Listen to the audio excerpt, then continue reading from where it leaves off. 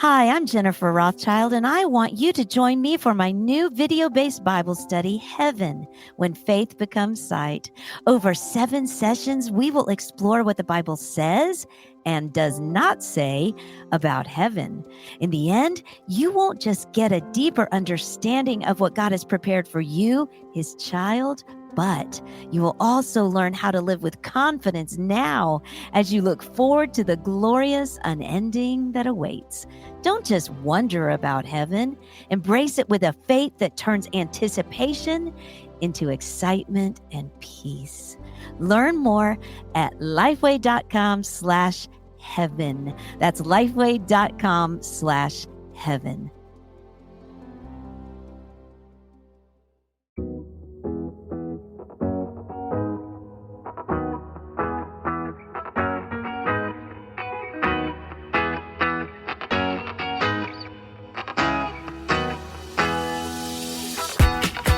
This is the Marked Podcast from Lifeway Women. Each episode, we'll talk about what God is doing, how He has and is marking each of us. We're so glad you've joined us today.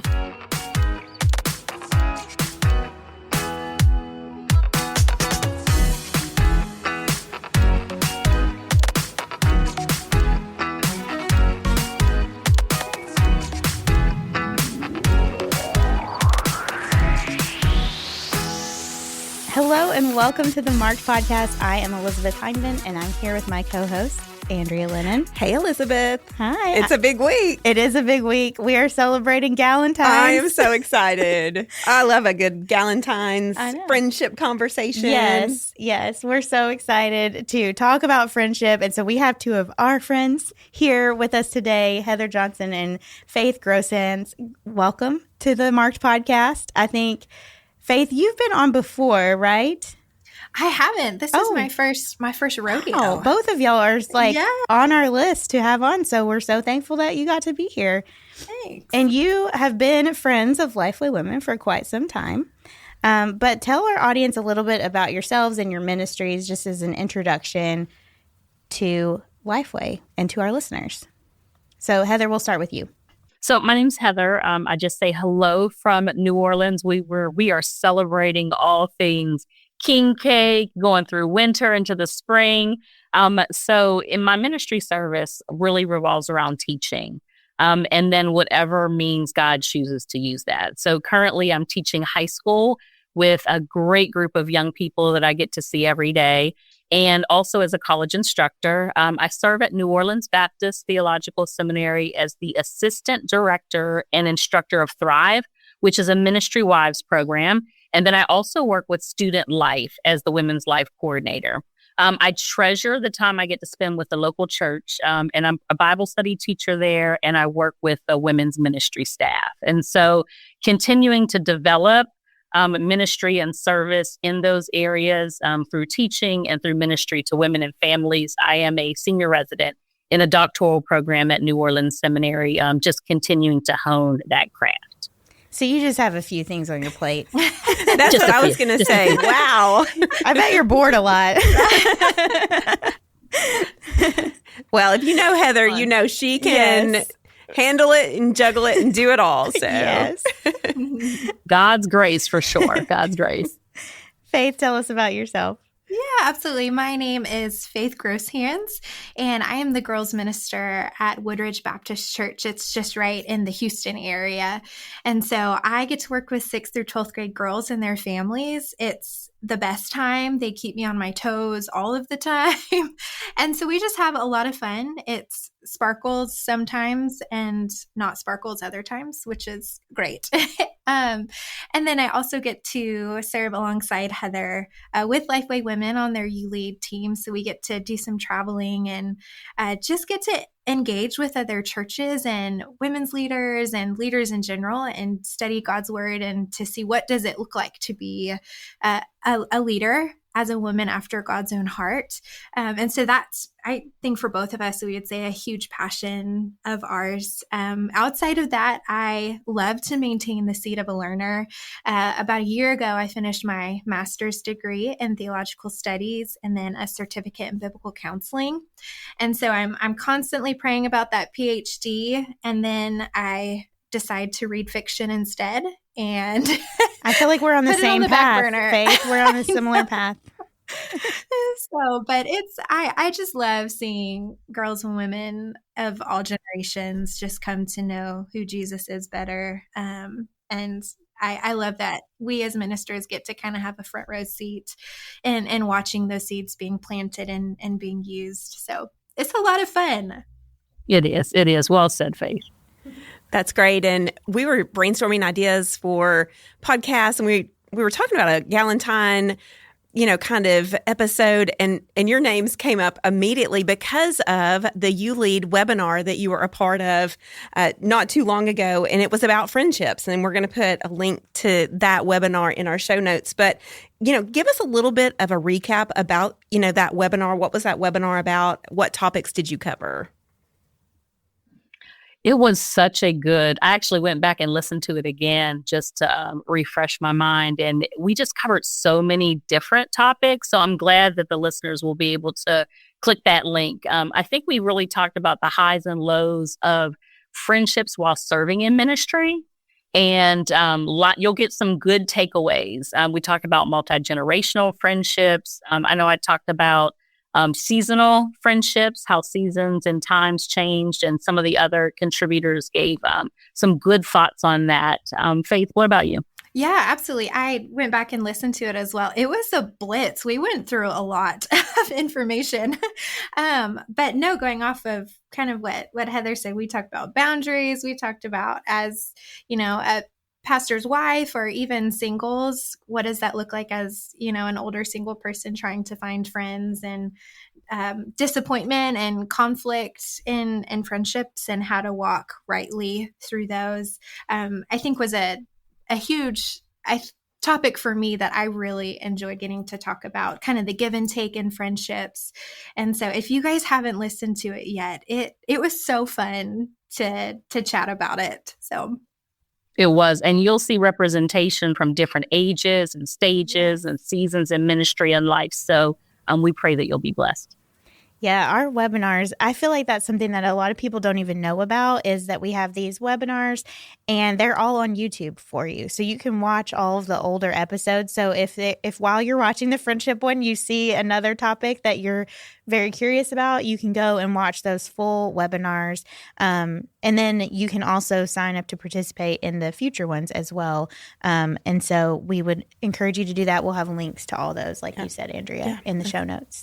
Well, and it's, the list that's coming, I just saw our webinars that are coming up. It's just really good. I mean, it's just great resources, great conversations. And we get to feature our trainers and hear like real life examples, which I love that. So did you two develop a friendship in a ministry context here through Lifeway, serving with Lifeway women? For Heather and I, yes. It's been really sweet. I think how ministry brings people together and the people that you get to meet. And because Heather and I are in two different states, two different seasons of life. And I think that's the really sweet thing about friendship. And it's one of the things we talked about on the webinar is I think there are points where we have this high school mindset where we think I can only be friends with people in my grade, people who are the same age as me, nobody else. And that was a huge thing for me when I moved to Nashville and worked at Lifeway for a season. And then moving over to Texas where I am now, is the circle of friends that I have are all different generations and all different seasons.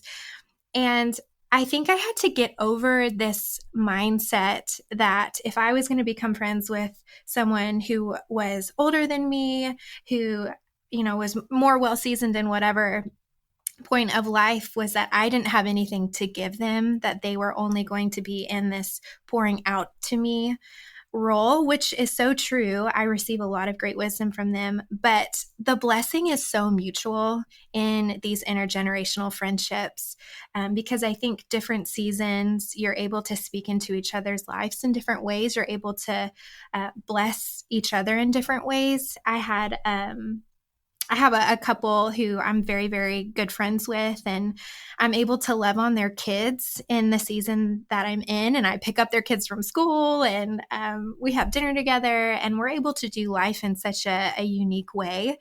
And it looks a lot different than how I do life with other friends who are single, and the wisdom and walks that we're able to go on together. So I think that is a huge key for people who are looking for more friends, who are looking for godly relationships, is, look in places that you think, are that might be unfamiliar to you, and you might find some really good lifelong friends there. Yeah, and I think the beauty of being able to serve with Faith, like we got to see each other online first, and just hear small prayer requests. And then over time, you learn a little bit more, a little bit more, a little bit more. Then when you serve together at a ministry event, you really get to like serve women together. And so, like I was saying earlier, yeah, I just wanted people to meet Faith because I thought she was amazing. And I also wanted my Lifeway friend, to feel comfortable in my town. So I wanted to make sure, do you have what you need? Do you need? And then just making introductions. And so I think ministry just opens up the door where you can get to know somebody, and then serving together is just such a beautiful way for friendships to develop. Yeah, I think that's so fun. It's so funny because the other day at church, I asked one of my friends at church, I was like, would you want to be set up on a friend date? And at first she thought I was asking if she was like, I'm married. And I was like, no, like a friend date. And so I think like you were saying, Heather, if you're like, hey, I think these two people should get to know each other. I want my friends to meet my friends. And I just knew that these two people would get along really well. And one of them had some wisdom in an area that the other one was trying to learn. And I was like, y'all need to be friends. And so I set them up on a friend date and they're going to get coffee. We'll see how it goes. They may never ever talk after that, but or they could be best friends for life. We'll hope it's the latter. We're just here to help, right? Yeah, it's just here to make those connections. But I think there's something about you, Heather, we're talking about sharing prayer requests, and there's something about being vulnerable even in trying to make friends, I feel like. And Faith, when you're talking about making friends in different seasons of life, I think sometimes you have to kind of be like, hey, can I be your friend? Like, we did on the playground back in the day. And one of my closest friends, that is how we met, is she saw me post something on the internet and emailed me and said, I would like to be friends. And I love it. That's like our origin story. And so the worst that could happen is somebody would say, hey, I don't really have time right now, because if you want to be friends with them, most likely they're not going to be mean about it. So I think it's just, let's be vulnerable and share our hearts too, because that's how we get to know one another as well. I think Faith and I both moved around some. We were talking about like moving to different cities and trying to make friends where you are. And I can remember telling my husband, like, it's just so different for women. Like, I'm in the Target line. Do I turn around and say, like, I want to be your friend? And probably a little bit earlier, predating social media a little bit. It can be hard and it can be daunting. And so, yeah, you just I think about the opportunities at church. And you said like meeting on the playground, like there are so many points where you connect with people through other people. It's good points to make friends. I like that friend date. I love that. Yeah. A friend setup. And I've been set up on friend dates before and they've gone really well. So, why not? It's like, hey, I feel like you two would get along. So, okay, we wanted to talk about specifically ministry life and friendships because I know that's something that you're both in ministry areas. So how do you think ministry life adds complications to friendships? Absolutely. I think there are a couple more boundaries you have to have as a minister and with your friendships, because there's some things I can come home from a really long day at work and have worked with a girl or a family who's going through some really heavy things. And I'm coming home exhausted or wanting to see and hang out with some people, but I can't, if they ask me how my day is, I can't go, well, let me tell you about the conversation I had. And because as a minister and loving on people in this role, there is a trust that, we are given and that we have to honor. And I think one of those things where it's not something that I would say any of us hate. It's just something that we have to kind of figure out how to have those boundaries and who you're able to say what to in order to, protect and keep safe the person that you're trying to minister to. And so I think having almost for me, I have those kind of different friendships where for one group of people, they know that I might come into that space completely exhausted, and they know, like, how can we love you? And they know I'm probably not going to be able to say what it is, but they're going to feed me and they're going to play games and watch TV shows and just have a lot of fun and be a safe space. And then I'm able to kind of be that in return, where there are other friends that I know I can call who are far enough removed and go, I just need an ear to be able just to say what all has happened today, even just for my own spiritual health.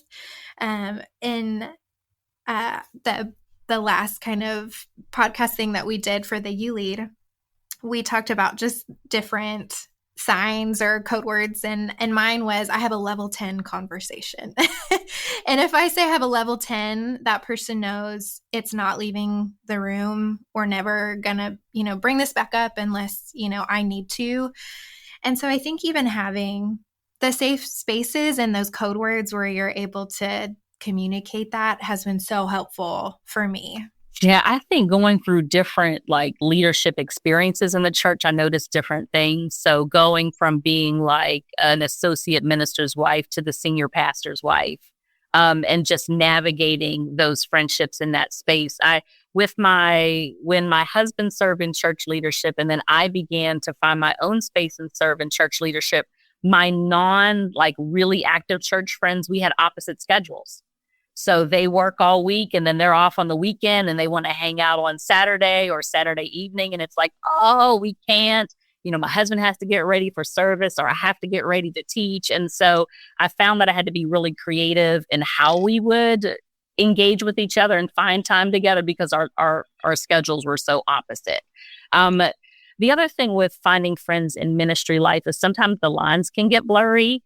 We come in with different expectations of friendship. I think we're going to be friends, but you really need someone to disciple you. And so you kind of bump into these moments where we have to kind of clarify what the relationship is. Both of them are good. It's just which one are we going to do that both of us will get fulfilled in. So, yeah. And that just goes to clear expectations and communication, which is a big part of friendships. And, something Elizabeth said earlier that I think really resonated with me is like being intentional in that, having those conversations, putting yourself out there, but also being open to receive what the Lord has for you in the midst of that moment. Sometimes, we have one expectation, that other person has another expectation. The Lord has a completely different plan. And so just being open to what the Lord has in the moment. So the pressure comes down a notch and you're able to just enjoy one another. So let's talk about that. How does ministry increase your opportunities for friendship? Let's have a moment of honesty. Don't tell anyone. I'm telling you guys this. I surely won't. They won't hear from me. This is level 10, right? Level 10. 10. Level 10.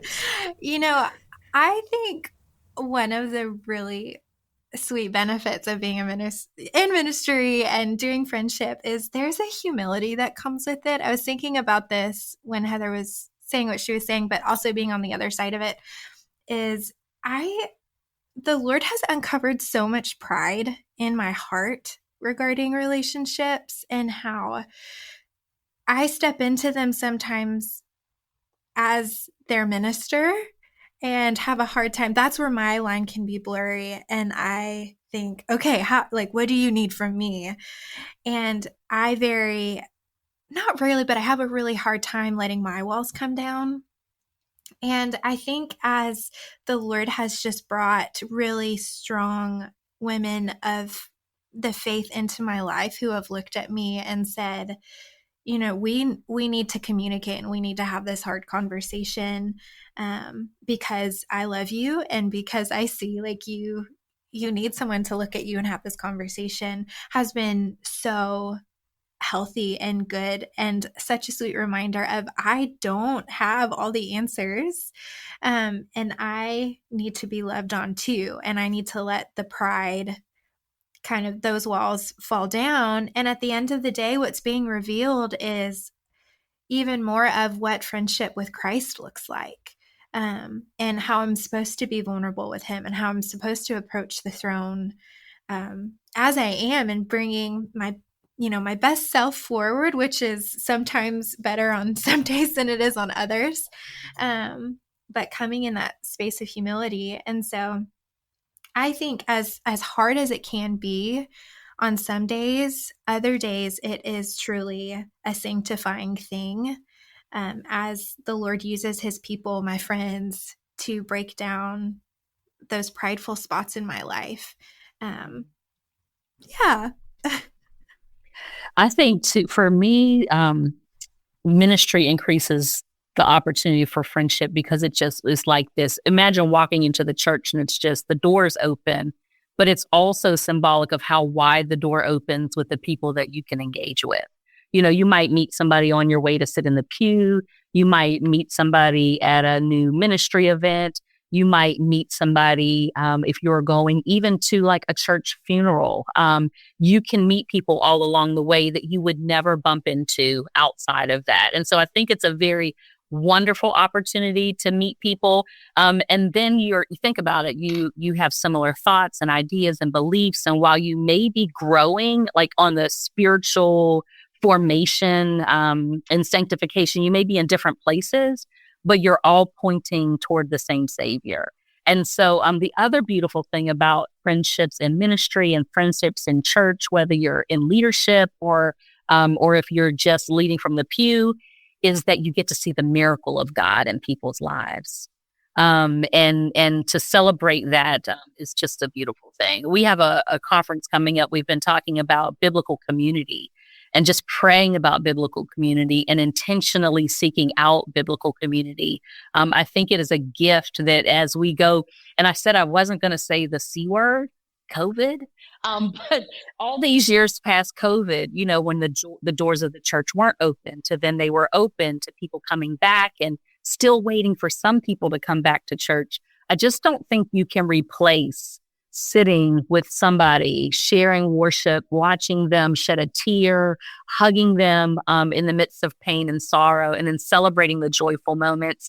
You can't get that as easily across the screen. And so I think it's a wonderful opportunity that we should get back to. I think it'll bless us. Yeah. I wrote something during 2020 about that witness, and how at the time I was managing a blog for Lifeway. And so part of my job was just searching for pictures and for the blog posts. And I would search for pictures on, like a photo sharing site. And every time I would put in anything that was like serving or community or anything like that, all the pictures had people standing like really close to each other, touching each other. And this was in like the March of 2020. And I was like, we cannot show this on the blog. Like, this is not, because the blog post would be about how to have community over Zoom or something. And I'm like, we can't have these people. And it just struck me of like how much of our community, how much all of these words like serving, helping, all of those are like tangible, like face-to-face things. And yes, we love the online communities. We've all met friends there. We talked about how we all were on Instagram together before this, but but nothing can replace that face-to-face stuff. And so I think that's an important thing that church is for us. And it's so exciting that we get to do life together, right. And I love that your relationship is an example of doing life together in a creative way, in ministry, but also like, probably you have to text and you have to call and you have to be intentional again. And ministry provides, and what you said, Heather, is so right. Like it's that you have a shared calling, a shared vision, a shared purpose, and it is out of that you are building that relationship. And so the roots are deep, and so when the storm hits, like March of 2020, for example, we're able to weather it. until we get back together Right. and then have that concept of doing life together Yes. again. Yeah. So, Well, we talked about ministry, friendships, and we do have a lot of examples in scripture of friendship, which some people may think like, oh, the Bible doesn't have much to say about friendship. But when I started listing them out, I was like, there's actually far more than I realized in here. So famously, I feel like Jonathan and David are like everybody's go-to BFFs in the Bible. But also there's Jesus with his disciples, Jesus with Mary, Martha, and Lazarus, Paul with Barnabas, Timothy and Priscilla and Aquila, and others. Abraham with God. That's one of my favorite passages is when God calls Abraham his friend. We have the disciples with one another. You can kind of see some of their relationships. And we don't get like full, like, this is how their friendship worked. But we get to see these little glimpses of them. And most of those people were in ministry together. So what do those examples teach us about how to be good friends? There's one that I was thinking about is the relationship between Mary, Jesus' mother, and Elizabeth. You know, especially after Gabriel comes and meets with Mary and gives her the most intense news she ever received in her life. That is the best way to put it. That was intense news. Yes.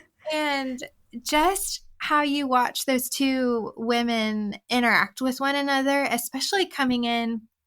And Elizabeth, I don't mean to steal your thunder on this, because I know one of the things that, you know, you've talked about is just the heart of celebrating one another in friendships. And you really see these two women living that out. I mean, you have Elizabeth, who has been waiting for this moment, who's been waiting to have a baby. And then you have little old Mary, who hasn't even like walked into that season yet. Yeah, she was not ready. No, not at all. And now not only is she going to have a baby, something Elizabeth has been waiting on, but she's going to have the Messiah, which feels like the greatest honor ever. And I think it would have been so easy for Elizabeth to have looked at Mary and been like, who do you think you are? And that's not what we see at all. I mean, Elizabeth is just filled with wonder and awe of that she would even get to be as close as she was to Jesus and the work that God was doing. And not only that, but was there to be a friend and to minister well to this little girl, Mary, in the process. And so you see these two women celebrating one another instead of pointing fingers and belittling each other. And I think there's something really beautiful about that, especially in today's society. I don't think we handle disappointment well. I don't think we handle hard conversations well. And, you know, we talked about communication at the beginning of how important that is in friendships. And I think these two women had it. Because I don't know that their relationship would have lasted without it. So I think Mary and Elizabeth are just, talk about two champions in friendship and two women where it's, I'm going to be with you to celebrate life, and I'm going to be with you also if you're grieving or mourning something. I'm not afraid of any of those seasons you're walking through. And that's the type of friend I want to be, which when we're longing for that, we're really longing for friendship with Jesus, you know, the perfecter of friendship. And it becomes less about like, what can you give me, but how can we pour out a well-lived life searching after the heart of Christ together? Yeah, that's so good. That's what I was thinking about, the Mary and Martha and Lazarus, and just reading back through the story and the exchange, and, you know, how one, it just reminded me of friendship and family. And I don't think we talked about this at all, Faith, in the other webinar. Like, I am the oldest of 5. And so I have a sister. And over the years, like, as you grow up, you realize, like, this is someone who was with me since forever. And we have developed the most beautiful adult friendship. You know, you work through all the kinks of growing up, and probably a lot of that, like perceptions, misperceptions, envy. misunderstandings, but there's beautiful friendship among sisters. And when I was thinking about Mary and Martha and, sitting before Jesus and, you've chosen the right thing, wouldn't it be so easy to have conflict? Like, I'm better, I've got it right. But then to see later on when Lazarus is raised from the dead, that they're still together, they're still friends, they're still calling out to Jesus, and they still are trying to find their own way, but they're still together. And so just that opportunity, especially, for our listeners, if you have a family member, someone that you've done life with that means so much to you, and life you just take for granted that they're going to be there at the reunion, they're going to be there at the family event. Maybe there's an opportunity to develop that deeper adult friendship with them. And so that was my encouragement for Mary and Martha. And the same thing that happens in the church happens with them. They get to see the miracles of God together. And what joy that is. What joy that is. Heather, I laugh because I'm the youngest of 5. So we're flipped. And I will always take care of you. I will always take care of you. Well, and I 100% agree with you. My sister is my best friend, my superhero. Like, I just, everything she says, I'm like, let me write that down. But one of the things I love about that story that you shared too is how when Jesus comes and he meets with Mary and Martha separately, I love watching how different that interaction is. And I think it goes to show the uniqueness of every relationship we have and the uniqueness of our relationships with Jesus look like. And there's something so special about that my relationship with Jesus is not a copy and paste version of any of yours. And how I communicate with him, the life that we have walked together is so unique. And there's something so lovely about that. And I think that really makes Christianity even more tangible. And I don't understand how not everybody wants to long for this, to long for a savior who wants to be so personal with us. And that story just is so rich with that. And the additional gift is, even if you don't come from a large family, like I can pick a sibling, to focus on each week if I wanted to. But even if you don't come from a large family, or if you have strained relationships, that's really what the church is.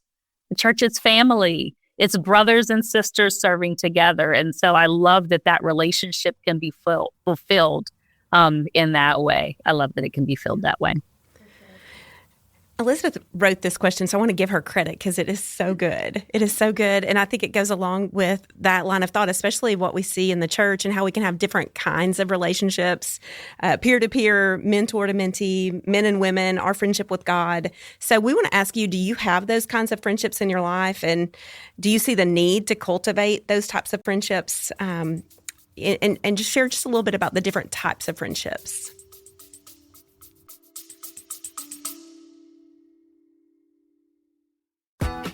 Ready to feast on the Word of God from right where you are? Don't miss the Feast virtual event with Christy McClellan, streaming March 1st to April 30th. You'll experience powerful teaching as Christy brings God's Word to life in its historical and cultural context. Choose your event setup with options to enjoy worship led by Laura Cooksey. Join individually for just $20 or gather your church for a group experience starting at $300. Visit lifeway.com/feastvirtual to learn more and reserve your seat at the virtual table today.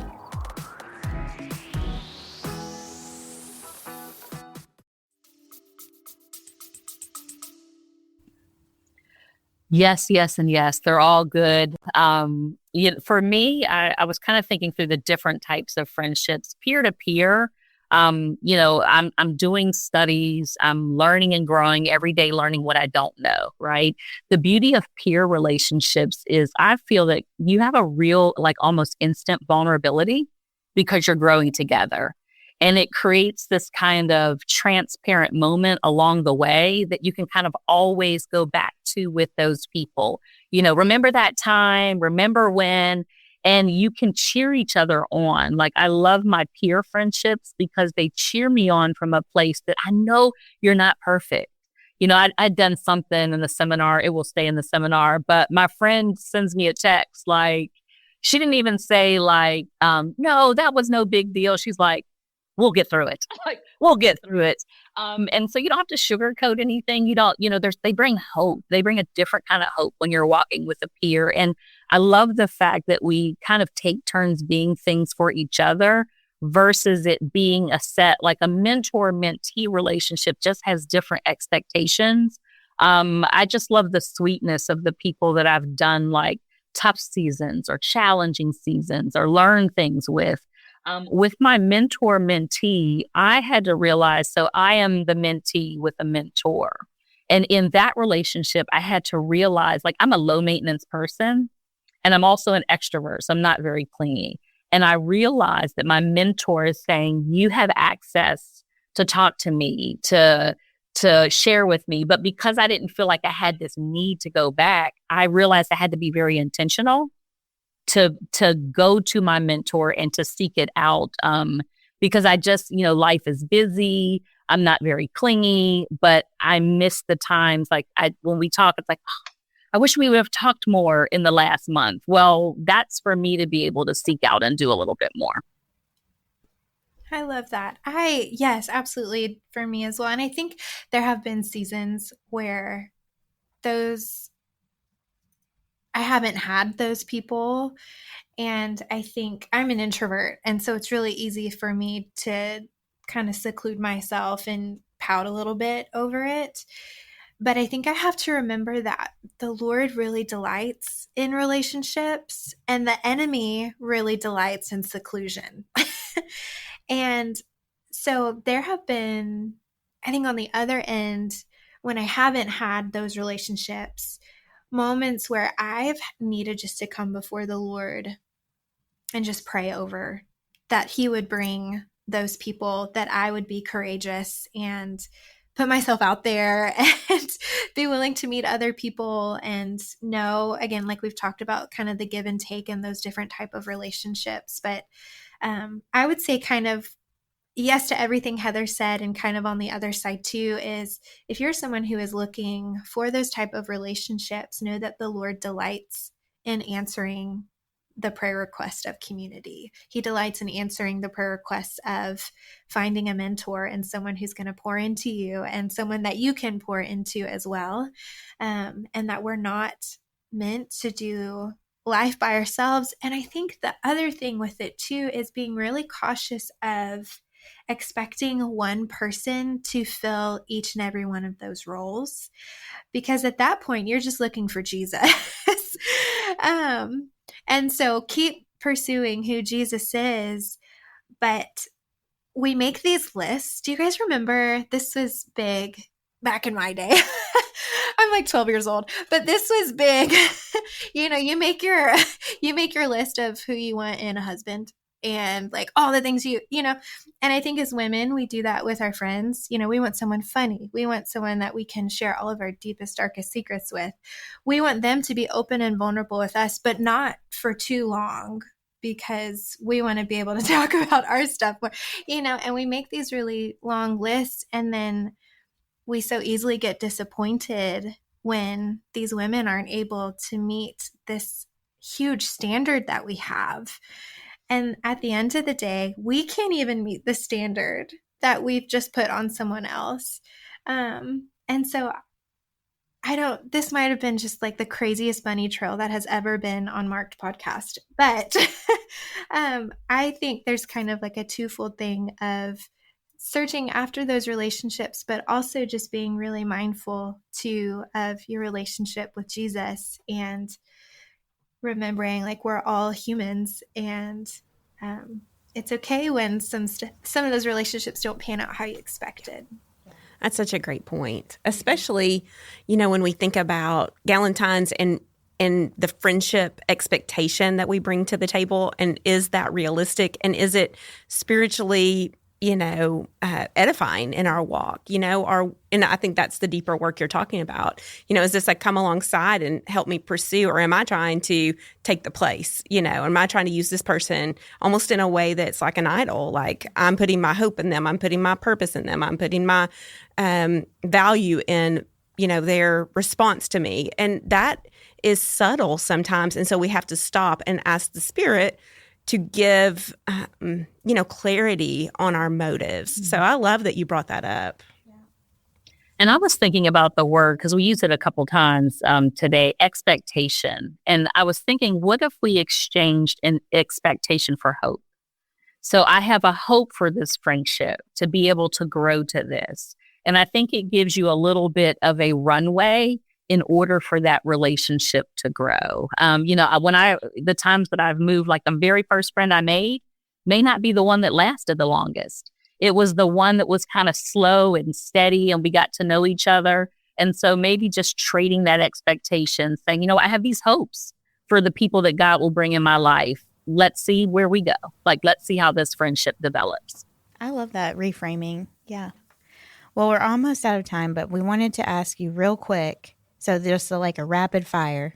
Do you have any practical tips or a tradition or a piece of advice that you have with your friends that you'd want to pass on to others? Like, I think of your level 10 conversation, Faith.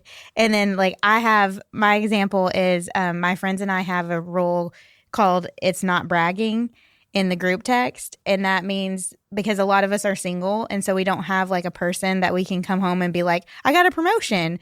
But it feels like bragging sometimes to our friends if we say that. And so we've just said, it's not bragging. You come in and you tell us you just got named CEO, or you had a really good conversation with somebody that you're think is promising, or you signed a book deal, or whatever it is. So we do that as a way to celebrate one another. And so I didn't know if anybody, and Andrea, you too, if you have a practical tip or practice or tradition with your friends.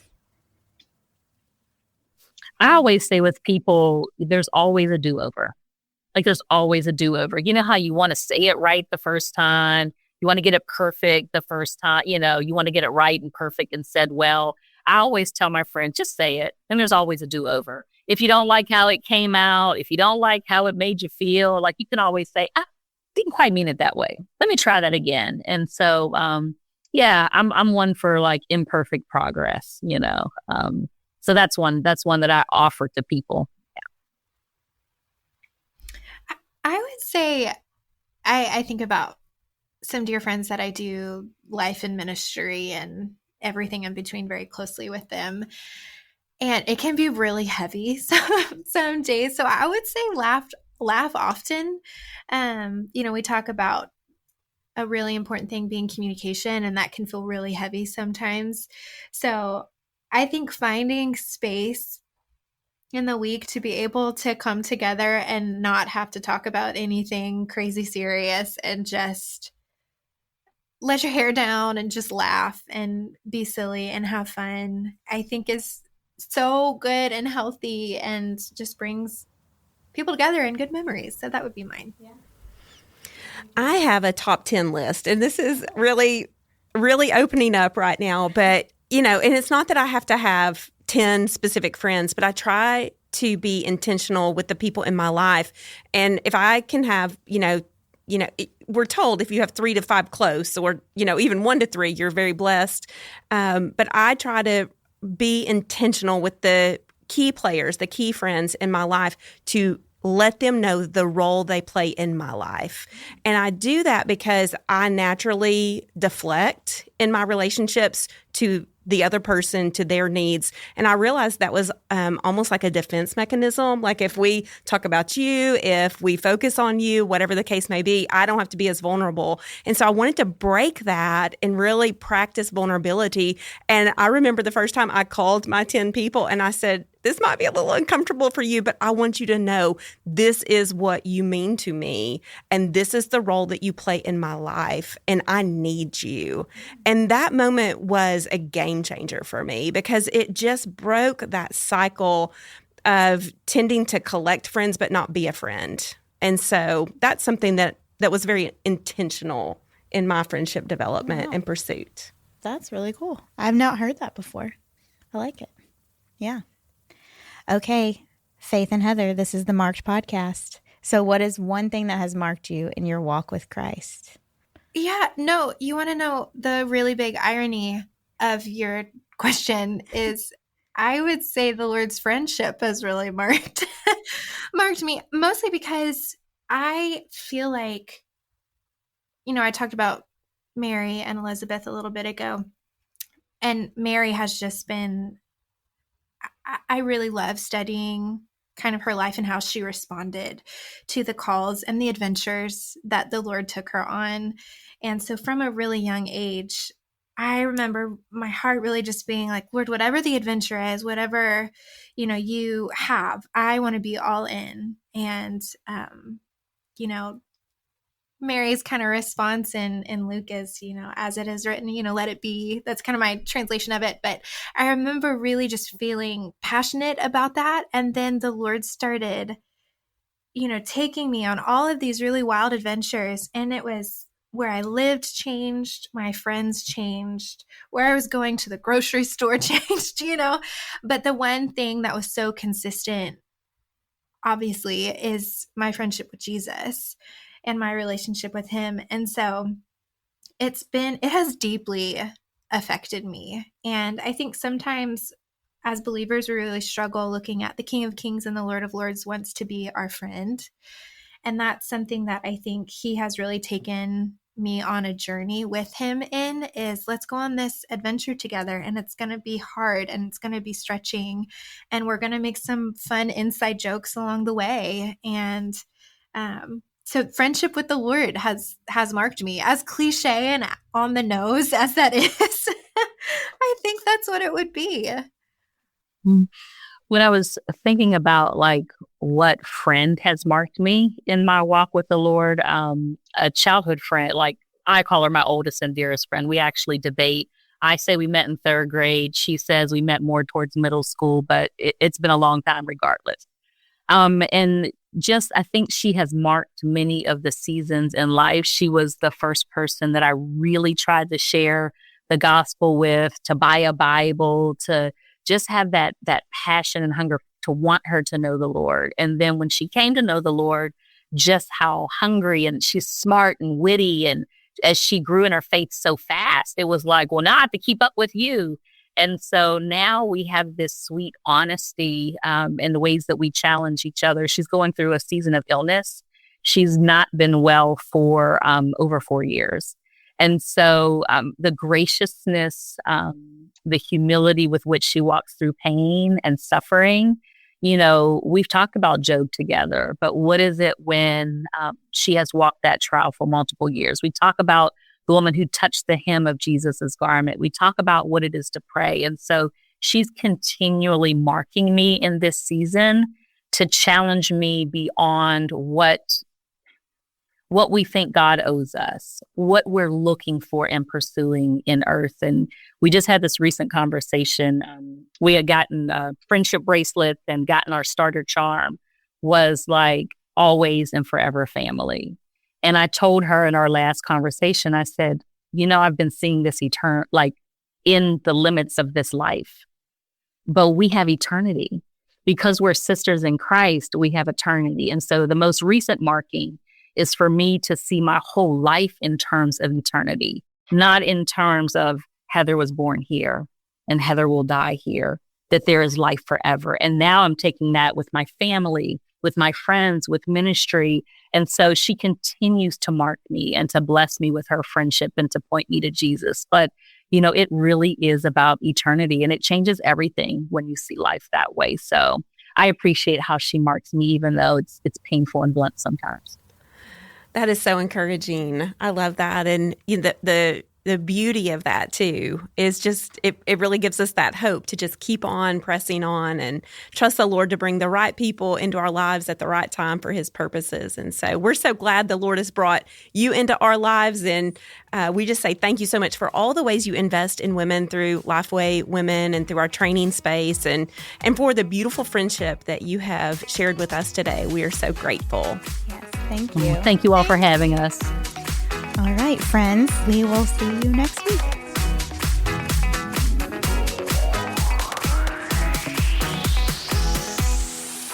Marked is a production of Lifeway Podcast, produced by Aaron Franklin. It's recorded at the Lifeway Podcast Studio in Brentwood, Tennessee, and engineered by Donnie Gordon. Edited by Caleb Hoopengarner and Colin Cruz, with art by Leanne Dance. And we're your hosts, Elizabeth Heineman And Andrea Lennon. Meet us back here next week. If you want to join in on the conversation, you can find us on social media at Lifeway Women. Today's show notes will be posted at lifewaywomen.com/marked. If you enjoyed the show, leave us a review.